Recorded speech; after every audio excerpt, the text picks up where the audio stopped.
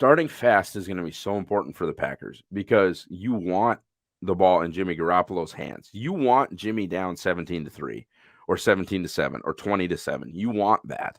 And that sounds super obvious. Yeah, idiot, you want to play from ahead or you want to be winning the game. But my point is this.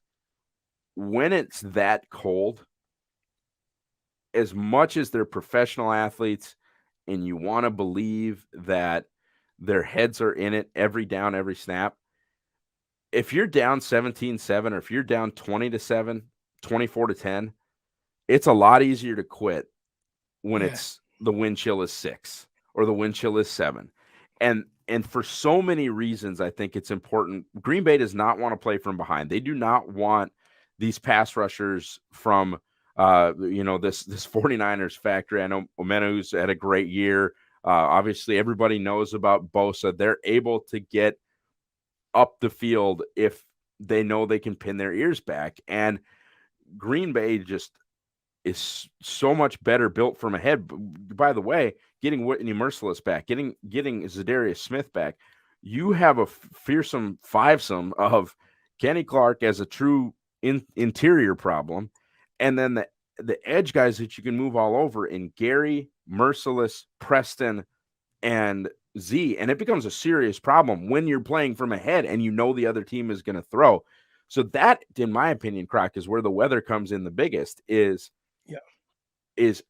are you way ahead and can you get San Francisco to quit? Because I think that and not that they're happy with where they're at, but I think there's plenty of ways that you can pridefully lose this game if you're the 49ers and just say, hey, we weren't even supposed to be here. We won however many games to get here. You get late into the third quarter and it's 27-10 Packers.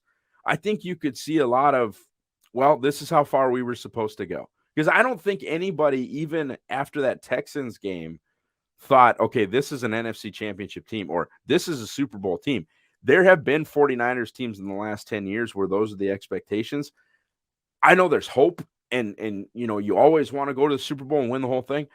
But as far as like where 49ers fans assumed this club could go, this is probably it or towards the end of it. I would say that if you asked before the season, they felt like this is a team that could make a Super Bowl run. I'd say when the 49ers were 2-4 or 3-5, Yeah. they would probably say, hey, we're good with a divisional round. Like if you told us, hey, you'll make it to the divisional round, don't worry about it. But I think with how the season kind of, ended 49ers, I believe the second half of the season having like the best record down the stretch, they started to improve in all facets of their game.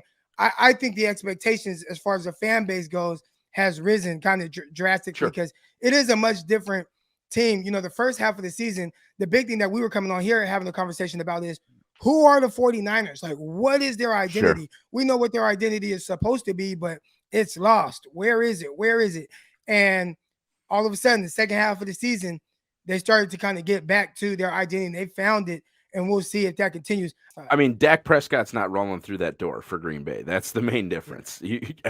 I mean, you can say Amari and CD are more impressive than, I don't care, Lazard and Adams or Cobb and Adams or whoever you want to pair with Adams. But the difference is the guy pulling the trigger, in my opinion, as far as what Dallas didn't do well was the quarterback played poorly. And I don't think that's debatable that the quarterback played poorly. And maybe Rodgers will play poorly, but I wouldn't bet on that. So when you say he played poorly, do you think that there was anything that contributed to him playing poorly? 49ers were able to kind of get there with a four-man pass rush. Yep. Yeah. No, I think, specifically poor Tyron Smith, man, he was such a good player for such a long time. I don't think he played particularly well. And I'm not saying that the 49ers did nothing because they played well specifically to continue to get after Prescott the way that they did after the Bosa injury, I thought was really impressive. But he, as an individual player, really, I don't think, kind of pulled his head out of his ass until the fourth quarter, which you can't do and win a playoff game. I mean, they almost did it, but you have to play well quarters 1 through 4, or at least which Rodgers has done for a lot of the season, at least quarters 2 through 4. And that slow start and just missing guys and not being efficient offensively, that killed them. as far as Right. their actual opportunity to win that game. They were, you know, it's an old pro wrestling term. They were working from underneath the entire time, and they were climbing up the hill when they maybe didn't need to be.